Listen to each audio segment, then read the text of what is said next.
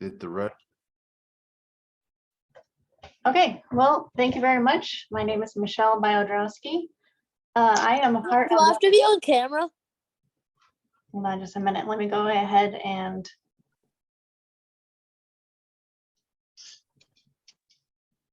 okay, sorry, thought someone was asking a question.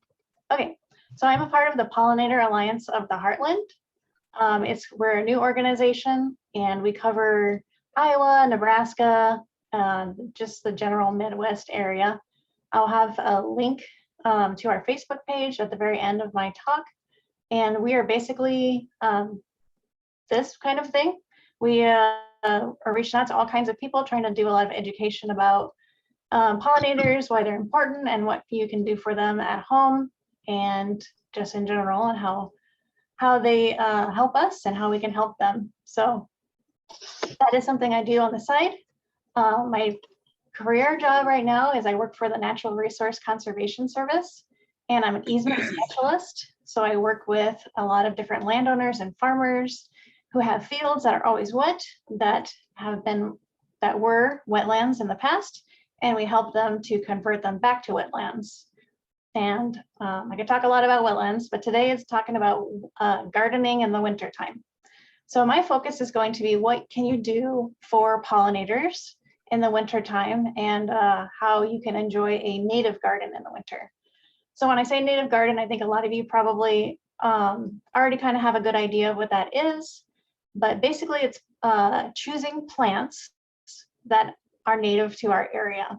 So they can be native to Iowa or Nebraska, native to your county, or native to North America. Instead of choosing plants that come from Europe or from Russia. I mean, we all know there's a bunch of really interesting, cool plants that come from far away, but they are not a part of our food web.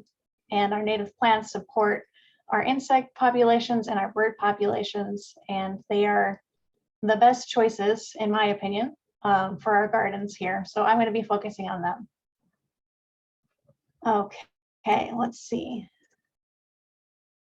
I'm going to start sharing my screen.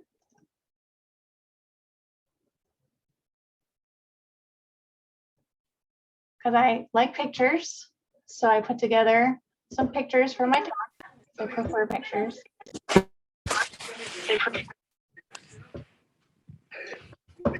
Okay, yep, I can see we're just going to pause for a minute so I can kick out Tommy because he's doing inappropriate things right now. We don't need. Oh, somebody already did it. Nice. Let's see if I can clear this. All right. All right. So let's start again. Hopefully we have kicked off all the people that aren't actually a part of this.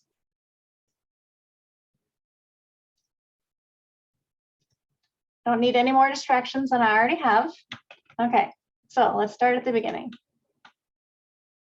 Oops. Oh no.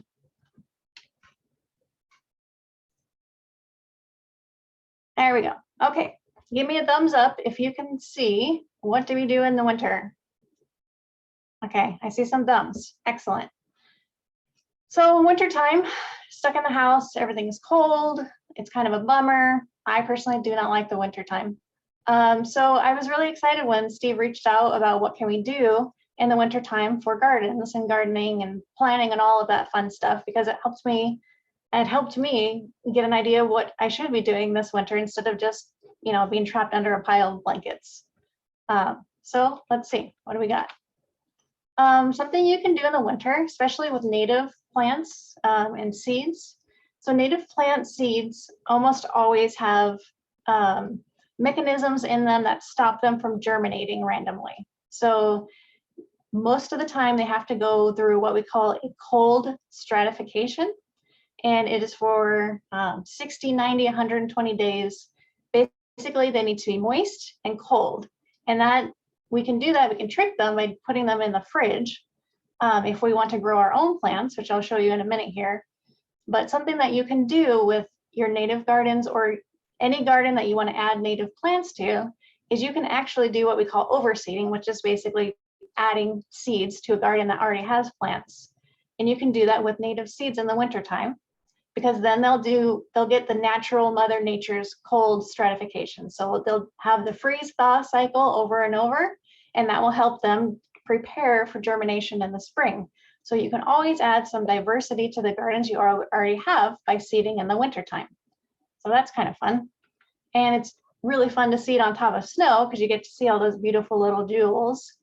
And the best time to do that is when we're expecting another snow to fall, so that they can get covered up and protected from birds or from getting blown away. So this is one of our windflowers. It's a seed head that's got these little really fluffy seeds on them.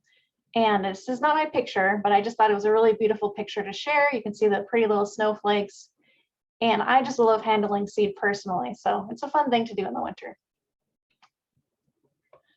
You can also, if you are someone who likes to collect seed, which I am someone who does that, these are all my pictures of the messes I get to make. So I collect seed in the fall. If you look on the this side here, I don't know if you can see my, whoops, go backwards. You can see my pointer. This is a bunch of, what is this? New Jersey tea. It's from a shrub, a native shrub. And you can collect the bulk of it in the fall. I just collect seed heads and stems. And then in the wintertime, when it's cold and miserable outside, you can spend some time cleaning them off and making them down, getting all rid of the chaff and the stems and the leaves. So this is, in the middle there is anise hyssop. And I have cleaned that down to just the seed here you see on that paper plate. And I basically just run it through screens. I do it by knocking the seed heads with my hands. It's just something fun to do in front of the TV or while you're listening to a podcast or something. And then what I do is I'll dry them on either a paper plate or paper towels. I'll dry them for a couple of weeks, and then I'll put them in baggies and label them. And I always put the dates on them and where I collected them from. And then you can use them or share them, which is a really fun thing to do, is to share with your friends and with seed libraries. So that seed cleaning and storing is something that I do every winter time. Something I really love to do, and I did not do this year, is starting seedlings in the winter so that I have somebody to plant in the springtime. On this page, on the very far side here, are purple poppy mallow seeds. Now, these will not just germinate on their own like a lot of annual plants. They have, again, those mechanisms that protect them from germinating at the wrong time of the year. So these ones are actually really cool. In nature, in their natural rhythm, they would be exposed to fire. And so one of the ways we trick these guys into germinating sooner is to bathe them in boiling water, which sounds crazy, but on the side here, they're sitting in boiling water. So I'm not cooking them on the stove, but I boiled water and then I poured it over them, and they sat in it overnight, and that tricks them and makes them think that they went through a fire. And that helps them to germinate faster. And every species of seed, every native species plant, it's going to be different. Some of them will germinate readily, some of our annuals, but other ones have all different kinds of tricks that we trick them into germinating. So these guys need boiling water. And then you start them in your seed sort or your seed starter soil, just like you would tomato plants. And it's just fun to watch them, the little babies growing over the winter time. It helps me survive the winter if I have somebody green growing. Here's another fun picture. This is rattlesnake master, which you can see what the adult rattlesnake master will look like in the summer. And I forget what these guys need. They might just need cold, moist stratification. So sticking them on a damp paper towel in the refrigerator. And then another one is our golden Alexanders. These guys are really, really beautiful too. These are an early blooming plant, like I think mid-May maybe. So kind of early, but pretty good for our queen bumblebees and our early pollinators. Yeah. Okay. Something else you can do in the wintertime or in the fall, I reckon, is to leave the leaves. So everybody has been taught that you have to, rake up the leaves and send them out in the trash or send them out in the yard waste. But what you're doing when you do that is you are sending out all of the baby butterflies and a lot of different other pollinators that are hiding in the leaves. So these are just a few. We have 100 some different butterflies just in Iowa alone. And everybody's got to overwinter. It's like, where do the insects go in the wintertime? Well, one of the places that they go is to hide under the leaves. So some of our, just a few of our overwintering butterflies that overwinter in their chrysalis are our swallowtails, so black swallowtail, tiger swallowtail, our silver spotted skipper is another pretty guy, sulfur butterflies, the real bright yellow ones. So they will actually be in their chrysalis hiding in the leaves. So if you scoop up all those leaves and send them to the landfill, you're sending your butterflies to the landfill. Some of them even overwinter as adults. So eastern comma and morning cloak butterflies will be adults, and they'll freeze solid in the wintertime, and then they'll wake up in the spring. So something you can do instead of sending them out in bags, I know that people like to uncover their grass because that grass, if it has too much leaves on it, will get smothered. So you can shove all those leaves that are holding on to your baby butterflies, you can shove them under your gardens. You can use them as mulch and put them in any part of your yard that doesn't necessarily need to be uncovered. And that keep them there till late spring, summertime, and then you'll have some babies coming out. So this is what some of them look like. They're actually disguised to look like leaves. So the two on the left here, or excuse me, on the right, are swallowtail butterflies. So one of these is a black swallowtail butterfly, and one of them is a tiger swallowtail butterfly. They look like dead, curled up leaves. And this pinkish looking one right here is actually a sulfur butterfly, so the real bright yellow ones. And they will, you can see there's some silk hanging off of them. This caterpillar, I don't know what this is. It looks like maybe someone's outdoor umbrella or something. They have a little string of silk and they'll try to hang from a stick, but a lot of times they fall into the leaves. And so these guys will just be sitting literally in the leaves. So don't throw them away. And over here we have our, yes. I just know that there's a couple of questions that have shown up. Oh, sure. Go right ahead. Yep. And actually they go back to something you were talking about earlier. So okay. You want me to read them? Yes, go right ahead. Carrie asks, so even if a seed pack says to plant at a certain time, if it is a native plant, we can scatter over the snow in the winter? That's a question. Yes, absolutely. Best time to sow your seeds is in the wintertime. Native seeds. Even if there's suggestions on them, it's still a good idea to put them in the wintertime. You can always do that. Because that's what would happen naturally. Okay, as Tyler mentioned, I'm not sure what he's referring to about interesting, but he saw something interesting. We have grown purple poppy mallow in the greenhouse after cold stratification, but with a low germination rate, about 30% at most. We'll have to try the boiling water trick next time. Oh, yes. Yep. Try it out. It's pretty cool. And Mark mentions, is smothered grass a good thing for native plants? Okay, well, that's very that's very personal, right? I personally hate lawn grass. I think it is a complete waste of existence. It is not a part of the food web. The only insects that I know that eat it, except for maybe a random grasshopper, are Japanese beetle grubs. Japanese beetles will eat the roots underneath your lawn. So when you have lots of lawn, you're encouraging Japanese beetles. I think that is a waste of space. So for me, yeah, smother that lawn and then replant it with native plants, native grasses, native flowers. But a lot of people, there are certain places where a lawn is useful.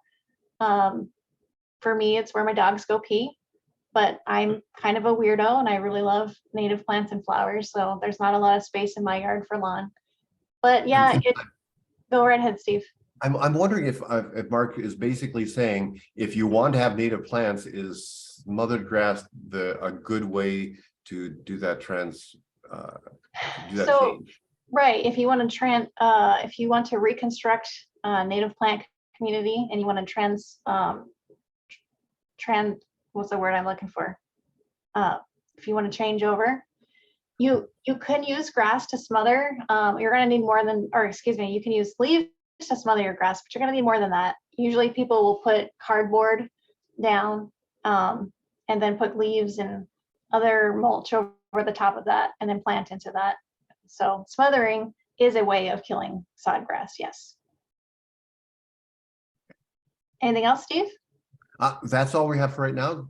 Hey, sorry to interrupt. Keep going. Oh, not a problem. Not a problem. So Luna moths, this green guy over here, they're another one of our beautiful pollinators that overwinter in a chrysalis. So something else, again, in the wintertime you can enjoy, but make sure that if you have seed heads, you can cut down some seed heads, but leave some of the seed heads on your plants because they are actually bird food. So birds will come over the winter time and they will eat the seeds right out of these seed heads. It's a natural source of food for them. And I think they're really pretty. And I'll have some pictures of seed heads in the winter time in a bit. So you can see here, pretty classic, are purple cone flowers. They have nice fat seeds in them and they stand up real tall and they'll hold on to their seed heads all winter long. So we here have our goldfinches, so one of our native birds. Actually, I think it's Iowa's state bird. And they'll be eating on those seeds full of protein and fat all winter long when they need that desperately. So if you leave the seed heads on your flowers, you have an automatic bird feeder for the winter that you don't have to go outside and refill. Stems, you can leave stems standing. I know a lot of people like to cut down their gardens all the way to the ground. The main point of my talk today is to leave your gardens messy because you're losing a lot of life when you clean up your gardens and you send out all that as yard waste. So 70% of our native bees are stem nesting or cavity nesting bees. They need either rotten logs or stems where they'll lay their eggs, and that will be the nursery for their babies. And it's not just bees. A lot of our insects will overwinter in stems as eggs or as larvae. And so anytime you're cutting down your garden all the way to the nubbins and sending it out, you're throwing away all of the really important insects that we need to survive. So kind of just a rule of thumb is to, if you really want to cut and clean up a little bit, leave your stems, especially the asters, coneflowers, sunflowers, really stiff, strong stems. Leave them standing about 8 to 15 inches, and that will be a really good resource for your spring bees to have a place to nest, or they might actually still have insects in them. And then leave them standing till at least the end of May, and then most of the insects will have emerged by then. And then if you really want to clean up, you can cut them down by then. But if you can find it in your heart to leave standing stems, then our bees will have places to have their babies, nurseries for their babies. Okay, so something else you can do is to enjoy your winter garden. Enjoy some of the really fun, cute things that happen after a light snow. So I just really, this is my garden, one of my gardens. And I have in this garden, there's goldenrod, there's gray coneflower, there's New England asters. There's all kinds of different plants that are still standing. And I just think they look really pretty when they have little hats of snow on them. Like these here, these are bergamot or wild bee balm. Can you repeat that, please? Say that again? Was that a question? Okay. if you have questions, let me know. I'm perfectly happy to answer them. I just think it's, instead of having just a flat yard of nothingness when snow is covering it, I just think it's really fun to have some texture and some structure in your yard. These are goldenrod heads, and I just think they're really artistic and pretty looking in the wintertime. And this is another seed head on the right here. That is a giant yellow hyssop. And then on the left there, I believe that's one of the little asters. They're just really fun and cute. I think they give some life to your garden. I mean, although they are dormant, so they're not, the top parts aren't alive. They're really interesting looking to me. This is white snake root with a bunch of little snow hats on again. And here is a gray, this is my gray-headed coneflowers. I just think they look like they have hats on, so I added eyeballs to this one. So those are some things you can do over the winter, especially to help our pollinators and increase diversity in your garden for spring.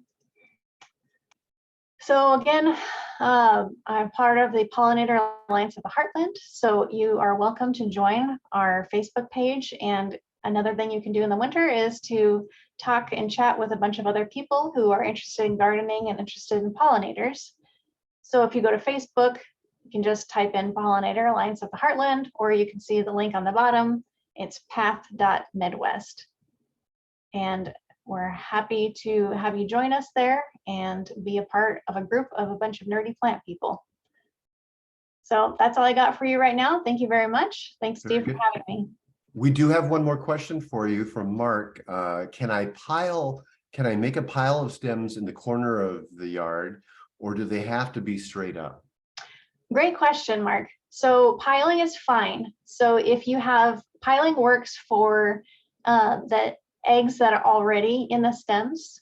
So all of the insects that lay their eggs in the stems and have the larvae in the stems, if you just pile them in a place in the yard where it won't bother you, then they can emerge as they need to as it warms up in the spring. And a pile of leaves and sticks and stems is actually a really good place for our queen bumblebees to hibernate. They'll dig down in there and get cozy and warm and hibernate until spring comes around. If you want, there are certain bees that want their stems to be upright. So if you can leave some stems upright, you can help cover those bees. But other insects will use them piled, so that's just fine.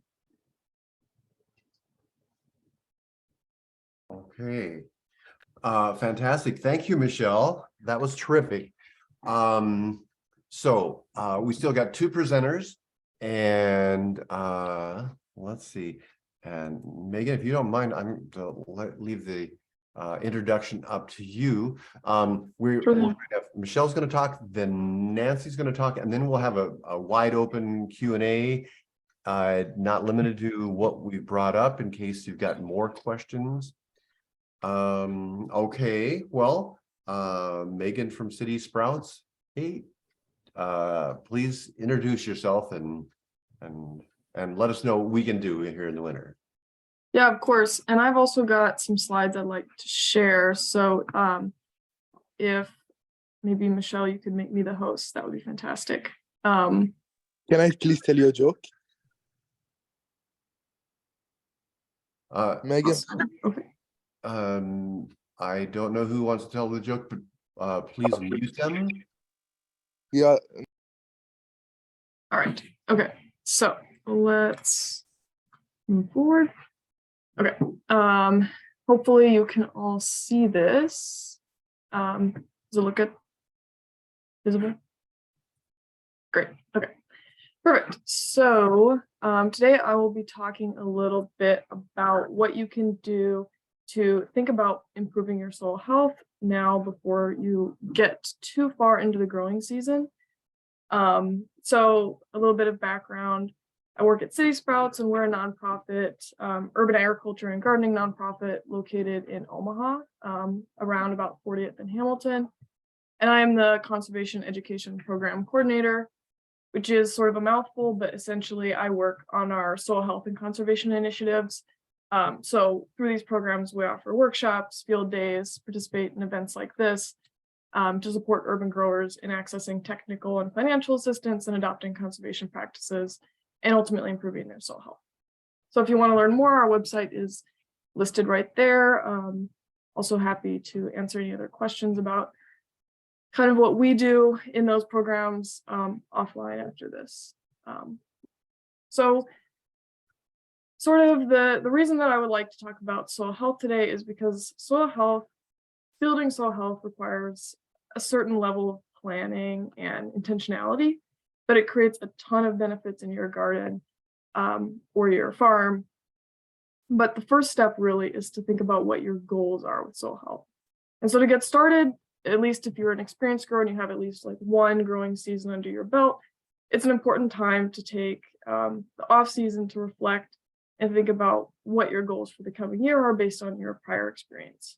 So we're going to talk a little bit about how you can think about the crop performance that you had in the past season, think if you noticed anything about your soil characteristics, and also reflect on your gardening habits and see if there are things that we can change about what we're doing to really better align with soil health principles. So the first thing that sort of an experienced grower might ask themselves this time of year is, like, did I have any crops that performed particularly poorly? Did I have any unexpected experiences that kind of stood out to me? Particularly if you had experience growing this crop in the past and it had done well. You might also ask yourself more specifically regarding your soil, were you noticing that you were losing soil, particularly during more extreme weather events like heavy rain or wind? Or if you were having difficulty just simply working in your soil, was it very compacted and hard to dig? Was it crusted or something of that nature? And so there are lots of other questions you can ask yourself, but it's important to take some time to sort of reflect and think, are there things that I want to improve this growing season? And so what I'm going to do is kind of walk through a simple framework for assessing whether your gardening habits are doing the most good for your soil health. And that's to think about these 4 principles of soil health. So we'll step through these kind of individually, but the goal here is to look at sort of holistically, are you treating your soil in a way that's going to help it build a robust below ground ecosystem? And are you doing behaviors that are going to deteriorate your soil quality over time?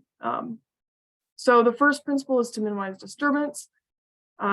This is pretty simple to understand. Minimizing disturbance means reducing your tillage. And this is probably something that if you're familiar with organic farming or gardening, you've probably come across this in the past. But the notion here is that when you till the soil, you're essentially damaging particularly the macroorganisms in your soil. So you can damage your earthworms, you can damage your fungal like mycorrhizal networks, but you can also damage the soil structure itself. And soils are they're pretty resilient. They can build themselves back up after this damage, but over time, if you're tilling in excess year over year, you can end up having some adverse effects and setting your soil back in terms of the life in your soil, and also you can generate some subsoil compaction, that sort of thing. So a practice to think about adopting this year might be if you've been growing in an area for several years and you feel like your soil is fairly workable and you maybe don't need to be tilling it at the beginning of the season, you can think about perhaps a less aggressive method of creating aerating your soil this season. So you might want to broad fork it or something of that nature as opposed to bringing in the rototiller.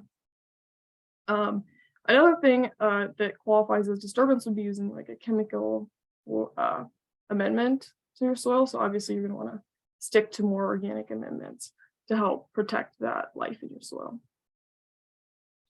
You also want to think about maximizing your biodiversity. So we have biodiversity above ground. It also promotes biodiversity below ground. And having really robust biodiversity below your soil is important for creating essentially an immune system for your garden.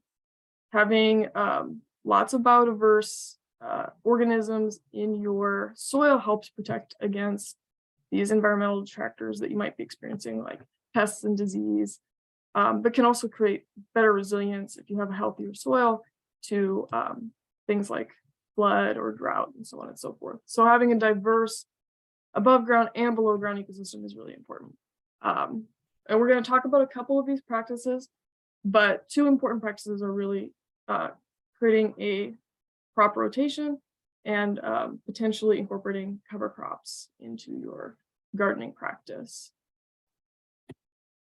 It's also important, and this is something that perhaps on a day like this, we don't have really much snow around. Your garden may be totally exposed if you didn't put down a mulch or something like that at the end of the last growing season. And this can lead to conditions where your soil will be eroding. And this is obviously not something that you want, because this top layer of soil is oftentimes your richest, best, most valuable soil. You don't want to be losing it, especially at this point. If you're losing your soil before the growing season, you're just going to have to put in more work before you get started to help build that back up. So you might want to consider sowing a cover crop.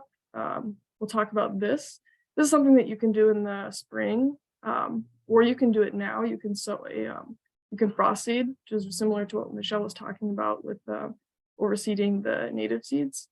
You can do this with some of your winter cover crops, and then in the spring that seed will germinate and provide some cover before you're ready to plant, perhaps in May. And that's very useful, especially as we get rains that can help aggravate soil erosion. And then a living root. This is really similar to the notion of keeping your soil covered, except there are some key differences.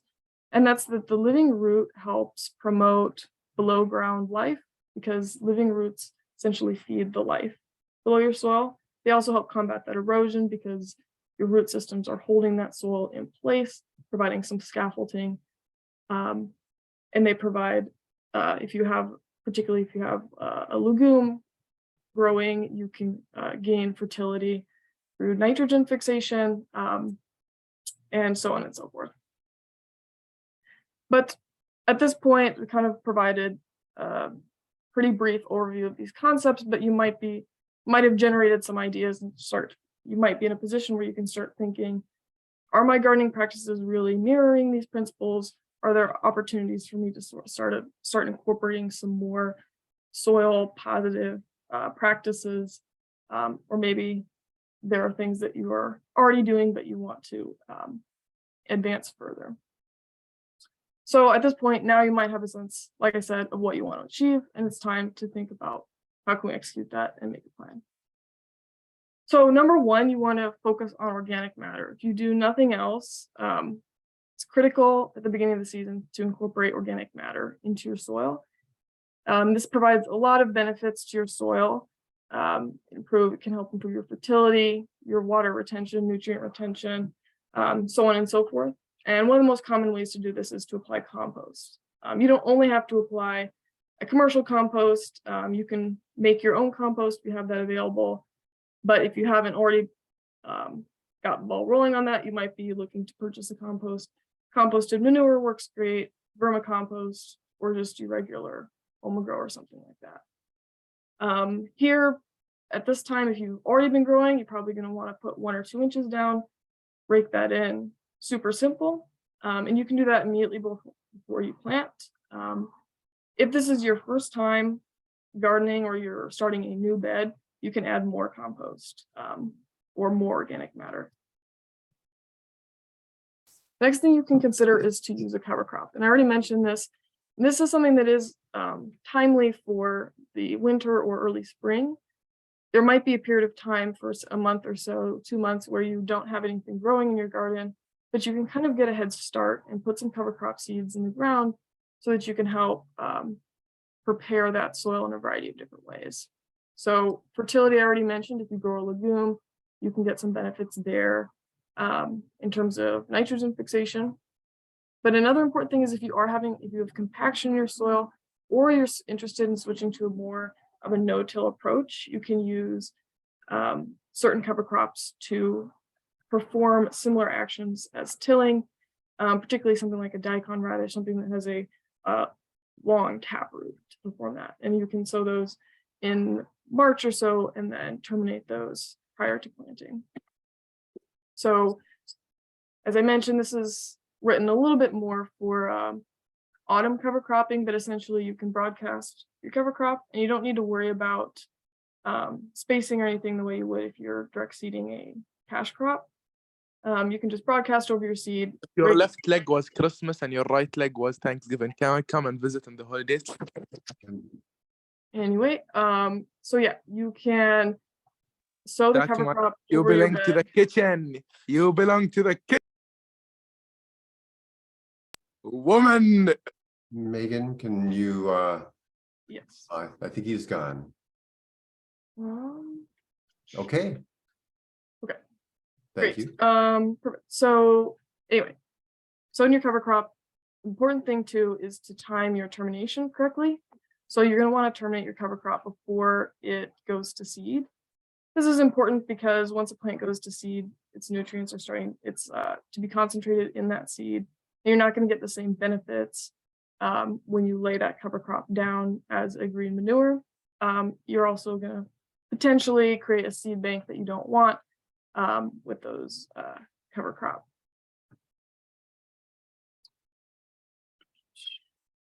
All right, and then the last practice. I have one question here from Mark. Doesn't Sure. mixing a compost disturb the network of life under the surface? Yeah, so it can.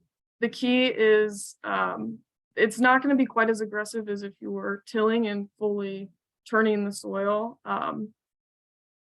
You're looking to incorporate it somewhat gently, and if you fork it in, for instance,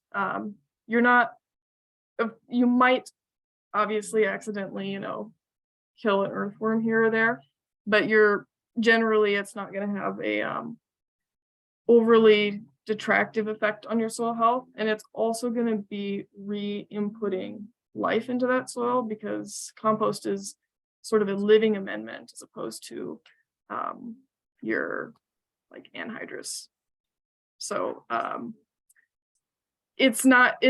technically, yes, you might kill something in the process of doing that, but in the end, all of the experience of growers, I think, points to the fact that it's beneficial for your soil's life below ground, particularly if you are registering low for organic matter and that sort of thing. So yeah, if there are no other questions, let's proceed to crop rotations. This is also something probably most growers would be familiar with, but it's also something that many farmers or urban farmers are not necessarily eager to practice, and that is a crop rotation. The idea here is that when you grow the same crop in the same place year over year, you can deteriorate the soil quality. You can deplete the specific suite of nutrients that crop needs more rapidly than if you were dispersing the crop into different places in your growing space.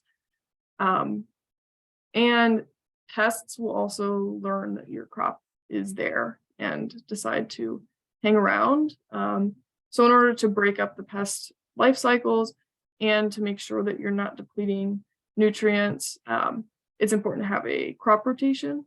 And you can rotate based on a series of characteristics, but the most common and probably the most practical for most people is to rotate by crop family.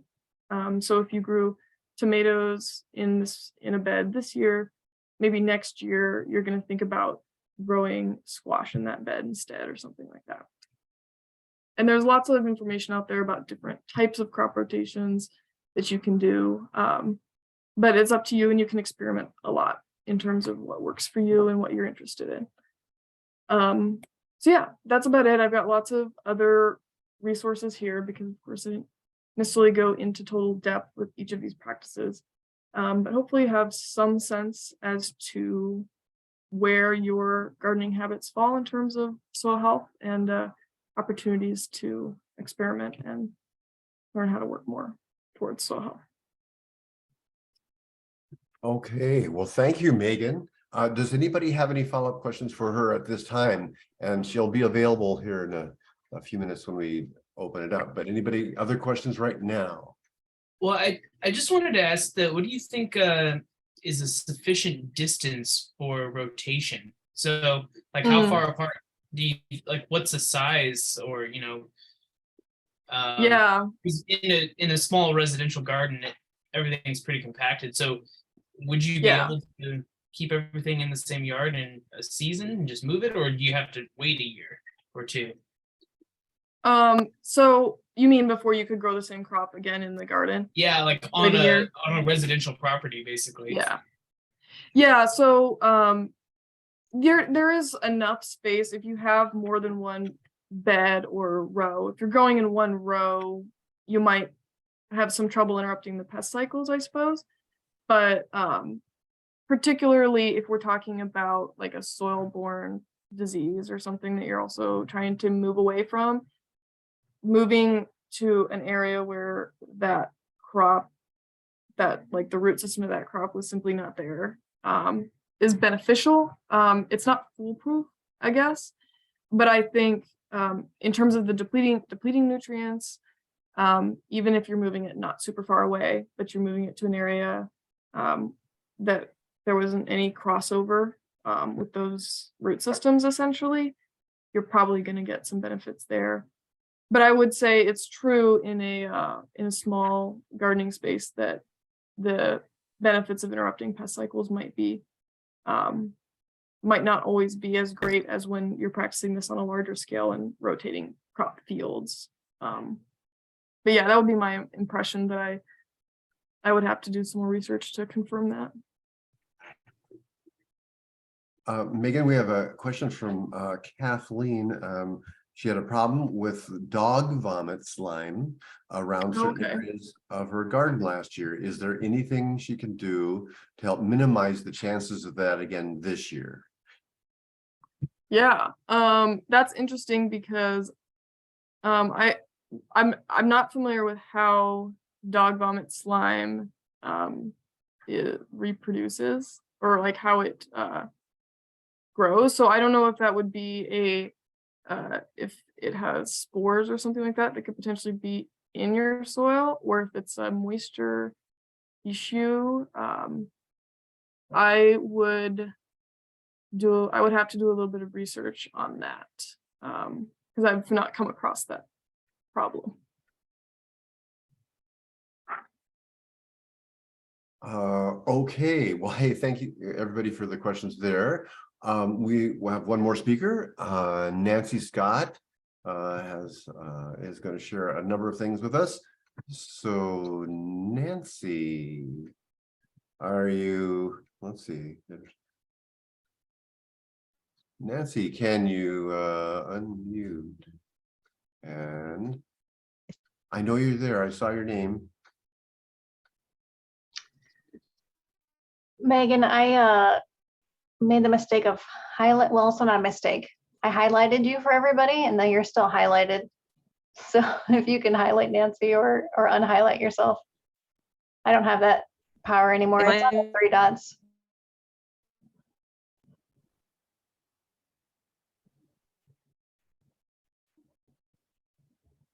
I forgot that I wasn't going to keep the host. Can someone let me know if I'm able to be heard? Megan is the host. We can hear you, Nancy. Hold on just a moment, Nancy. We can hear you.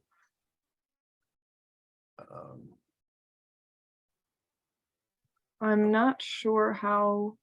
Is it the 3 dots that you? I think you're. Do you know how to? It looks you're still the host. Yeah, hit the 3 dots and then make me the host again. Oh.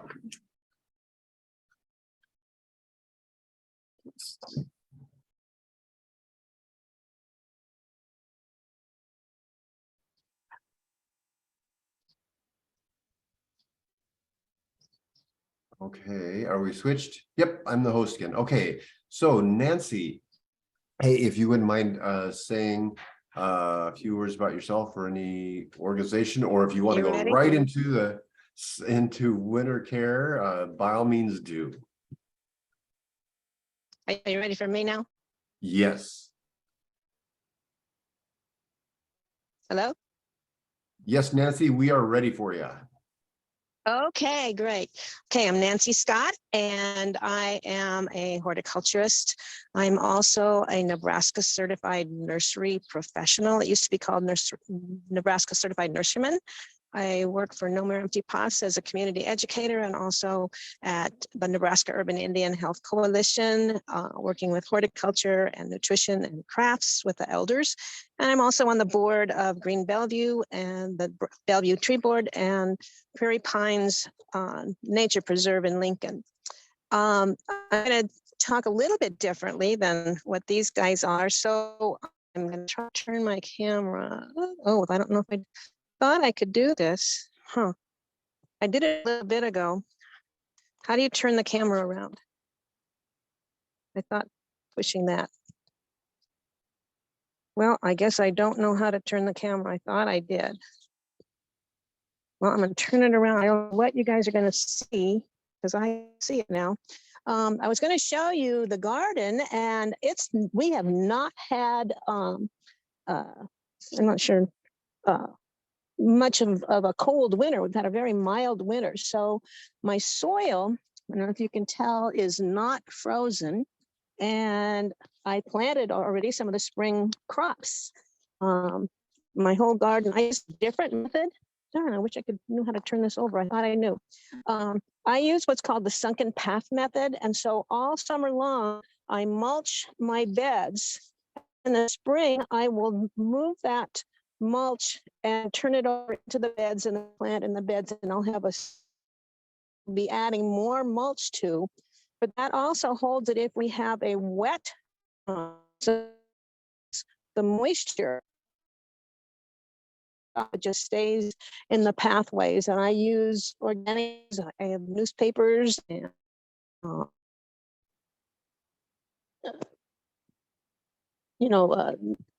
paper from the house, whatever not. Okay, so does anybody know how to turn this camera around? Can I get some help? I thought I figured it out. That doesn't do it. I don't know which button. But ultimately, the images you were showing us were very good.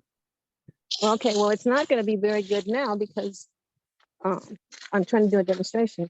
Okay, so in the wintertime, I don't know if you can see.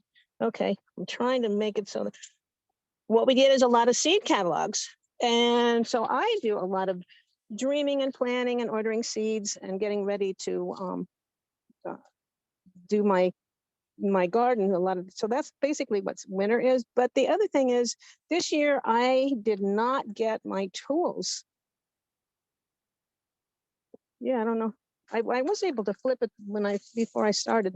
But anyway, okay, so I didn't get a chance to clean my tools up. And so I've been doing it this winter, and I'm going to show you what I do. I'm going to try anyway. And my husband's going to try to hold the phone, I guess, at me. I don't know. You're not going to be able to see it very well. Can you see that? I didn't get it flipped, Randy. So what do you want me to do? I need you to hold the phone, walk back a little bit more. Okay, so, all right, so I'm going to try to do it. So I've got a shovel here, and I'm going to show you what to do, or what I do to clean the tool. Now, normally, whenever you finish using a tool, you want to scrape off any mud. There shouldn't be any on here, but you want to scrape off anything. A putty knife is nice, or a trowel. The next thing you want to do when you're cleaning, we've got a little bit of rust on this. And so I will pick some sandpaper and any rust I find. I'll try to clean off all the rust. If I don't have, it's kind of bad over here. So you want to try to get the rust off. If you don't have sandpaper, some steel wool will also work. And you want to try to get that all clean. The next thing you're going to do is you're going to need a metal file. And you're going to sharpen and make sure all your tools are sharp. Now on a shovel, Randy, I need you to tip it this way a little bit. You hold it. Okay. So you only sharpen one side of a shovel. You're not trying to make a knife. Like if you sharpen both sides, you'd have a really sharp, like a knife. But you just want to have an edge on the front side of your shovel. So you're going to take your metal file and you're going to go across so that you have a knife about, and you'll be able to tell on, unless you've got a lot of dings in it, you'll be able to tell the angle that it used to be. And you're going to try to make a good, mine needs a little more work than what I'm going to do, but so I'm going to go on to the next step. So the next step is, if you've got an edge, can you see that? The only thing you might want to do is on the back side, once you've been sharpening it, it sometimes has a burr. And so you'll take one swipe to make sure that there's no sharp edges and nobody gets hurt. The next step is you want to put some kind of a protective cover on coating on your metal. So you can tell what it looks like, maybe. Okay, so in the past, what people would do, they thought they were recycling, but it was not a good practice. And that was that people would take, after they changed the oil in their car, they would use used motor oil. But I use vegetable oil. And what I do is I put it into a little container that I have marked. And then you'll take a cloth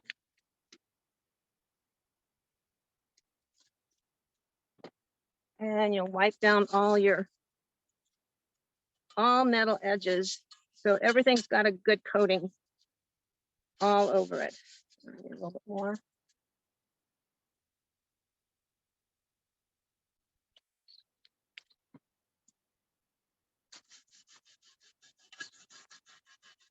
And that'll prevent any more rusting.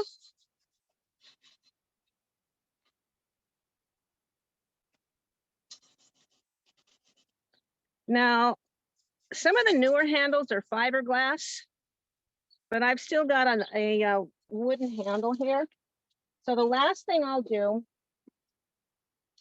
is I'm going to take some linseed oil, which I did not open. I should have opened this beforehand. I can't open it right now.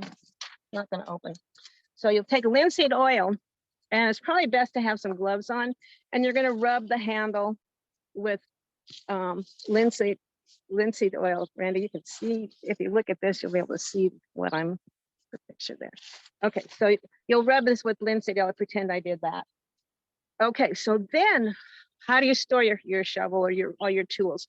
It's best not to leave them onto the ground, especially if you've got it in the garage, because if you've got it in the garage, you're bringing your car in and you have salt on it. So that's not a good idea. So it's best to hang your tools. And so that is basically my presentation. Thank you.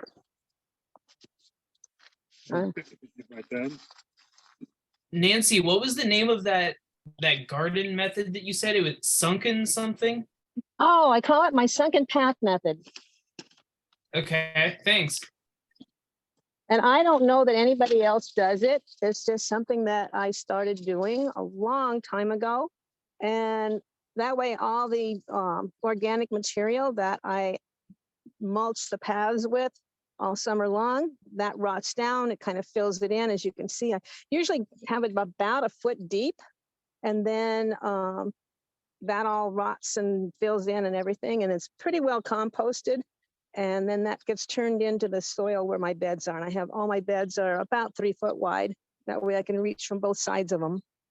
And then you have the little trench that holds water that gets mulched all summer. I never have to worry about walking in the garden when it's muddy, because it's never muddy because it's always mulched.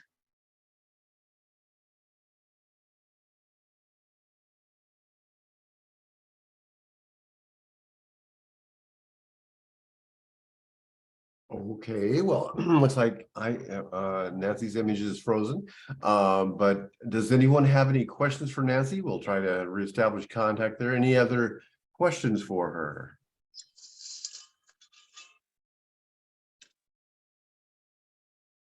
We still have Megan and Michelle along as well. We can open this up. Are there any other questions that hey, maybe it wasn't something we talked about today, but other winter care? We got some experienced people here. Any questions? You can put them in chat, or you can, hey, if you want to unmute for a second.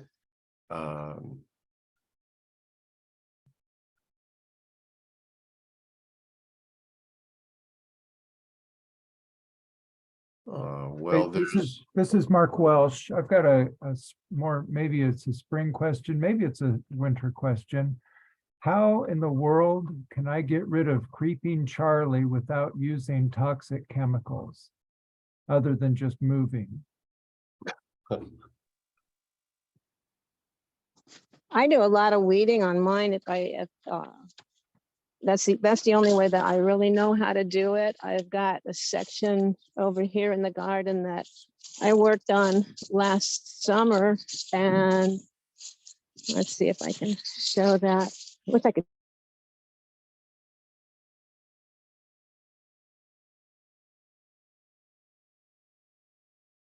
Nancy, I'm afraid your video is frozen and we don't hear you either.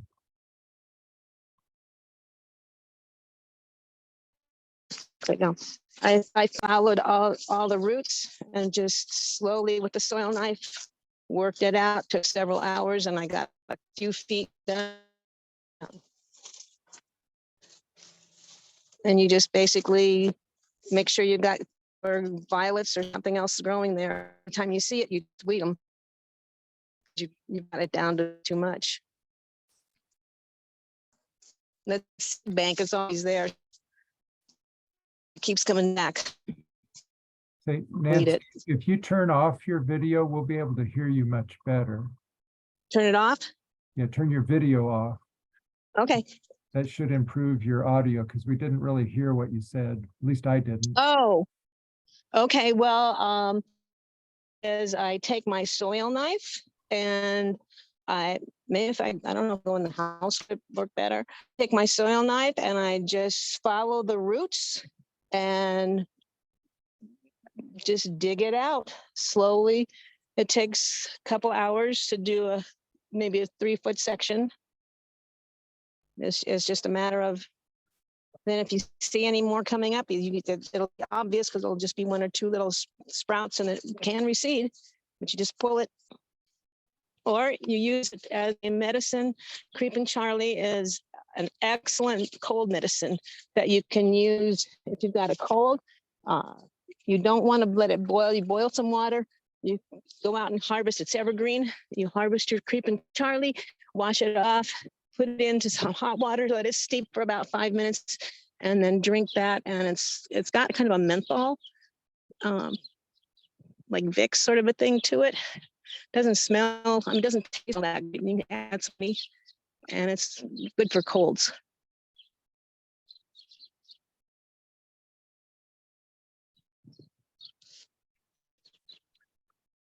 Nancy, you say it's good for cold? Do you make it as a tea, or how do you? Yeah. You boil water. Okay. You boil a pan of water, and then you take your cleaned Creeping Charlie, dump it in the pan, cover it, and let it steep for about 5 minutes. Oh. And then you drink it, and you drink the whole pot. Add a little bit of honey if you want to. And what did you suggest to make sure you have growing in Creeping Charlie's place?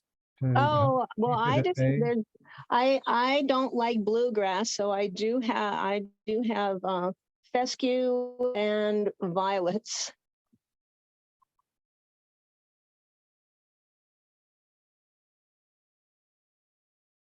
Fescue is a clumping grass, like fine fescue. Okay. And then I just let the violets go because my bees love them.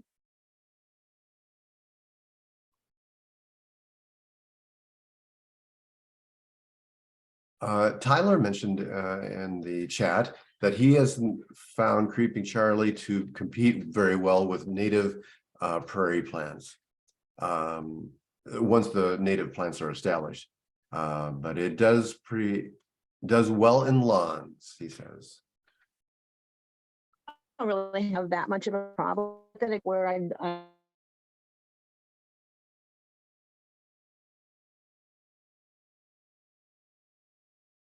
Nancy, we can't hear you again.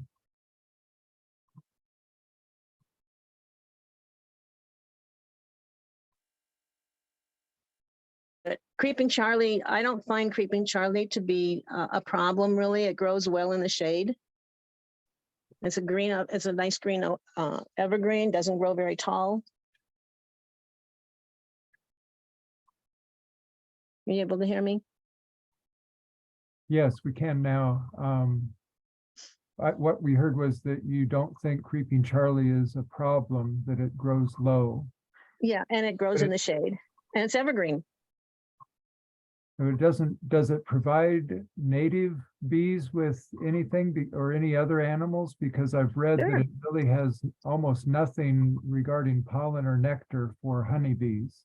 Well, I see little bees on it occasionally. I don't lie down on the ground that often and look at them, but they're there.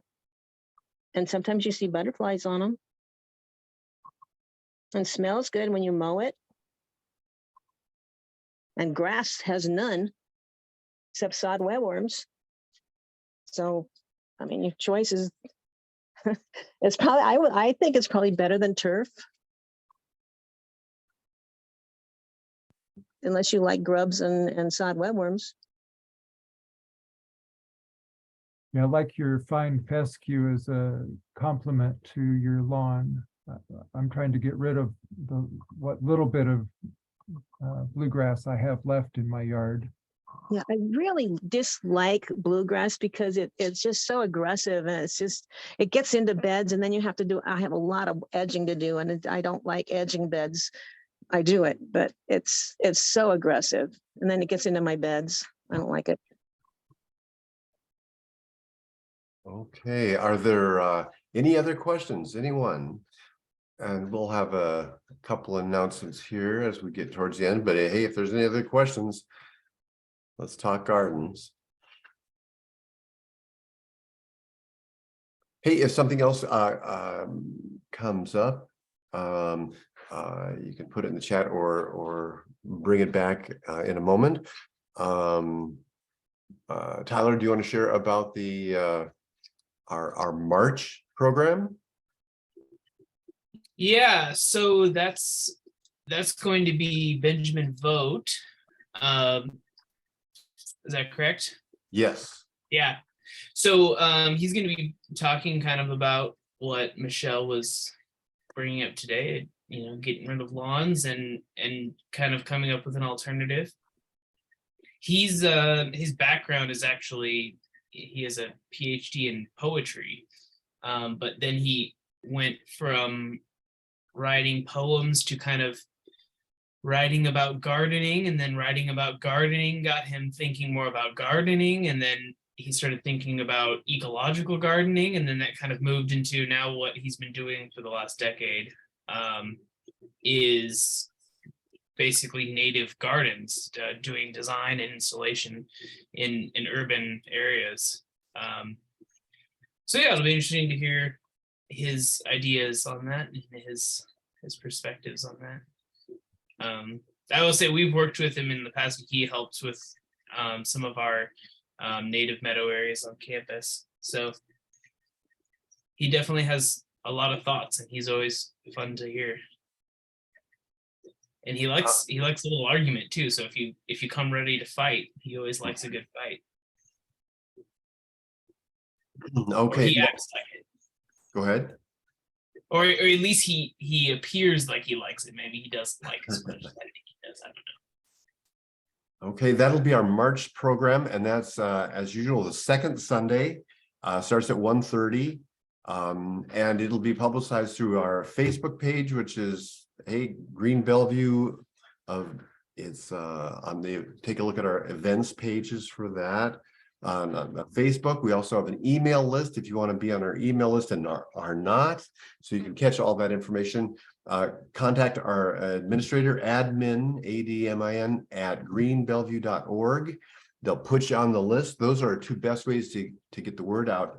Though we also have a website that's greenbellevue.org, and you can find lots of information about us there. So that's that. Hey, some questions did show up. I just wanted to let you know. Tyler mentioned bluegrass has become invasive in many of our natural areas as well. Mark mentioned asked, is Russian sage good for native bees and pollinators? I see a lot of, wait, where to go? Honeybees and bumblebees on ours.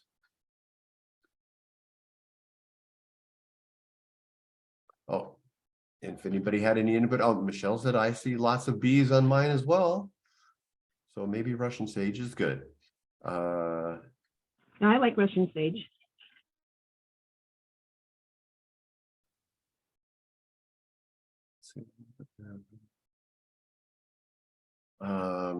Okay, any other comments on Russian sage?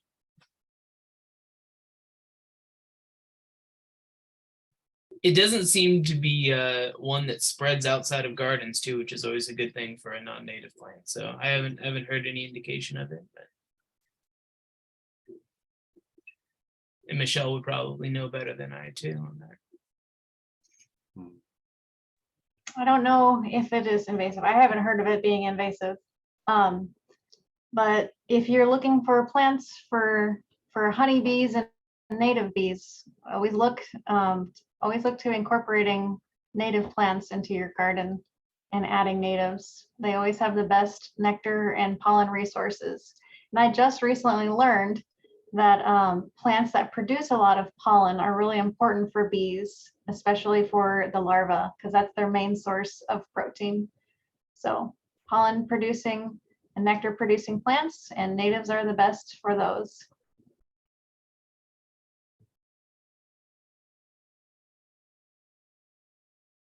I think we see pollen as pollen and we group it as pollen, but pollen is very anatomically different from species to species too, and certain bee species are really adapted to actually clinging on to certain species of pollen, and that they're just not very good at grabbing the pollen that they didn't co-evolve with.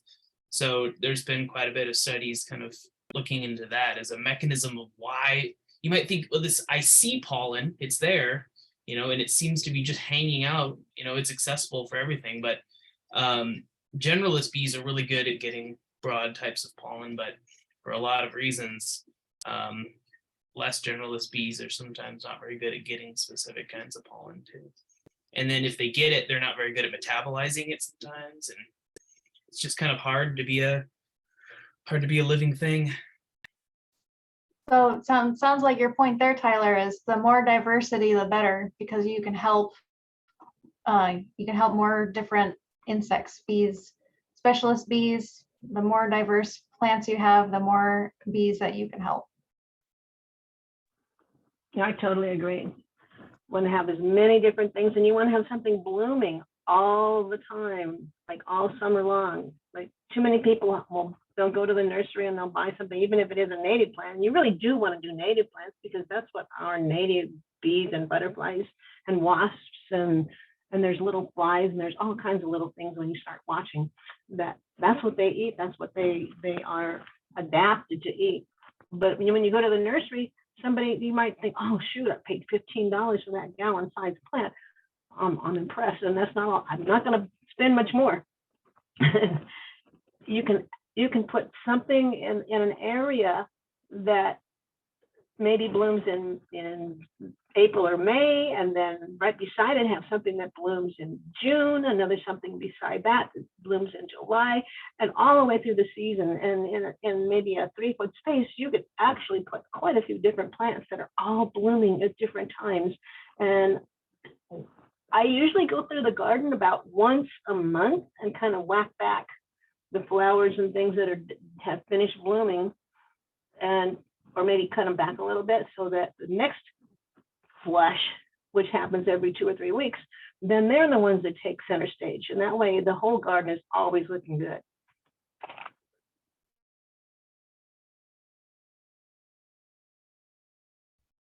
Hey, wonderful, everybody. Can I ask one more question, Steve? Yes, go for it. Go for it, Mark. Okay, and it might be more directed to Nancy, but others can chime in.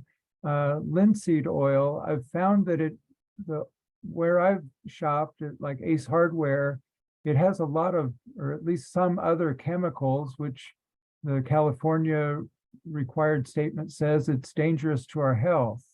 Not the linseed oil, but the chemicals they add to it. Where can I get just plain old linseed oil, 100% linseed oil for my wood handles? You know what? I don't know. I'm trying to look at mine right now and see if it's got anything else in it. It says don't swallow it. Or do not, let's see. Yeah, the only thing it says don't swallow it. You can't see, it doesn't have anything else listed as being in it. And it's just flaxseed oil is what supposedly is in it. You remember where you bought it, Nancy? Shoot, this Or what's the container, brand? NASCO. It's 1 quart and I've probably had it for 40 years. You don't use that much of it. I mean, you put a little bit on your cloth, but I would think you could also use vegetable oil. But the linseed oil really does work into the wood nicely.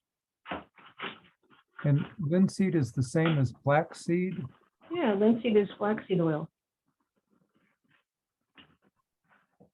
I think I eat that every day, so Exactly. I think I'll just go into my refrigerator and use that. If you've got some, you have some oil there. I think it's flaxseed oil that I take a tablespoon every day. Then that I've done would it for work. so long, I don't look at the label anymore. Hey, a great show today. Thank you.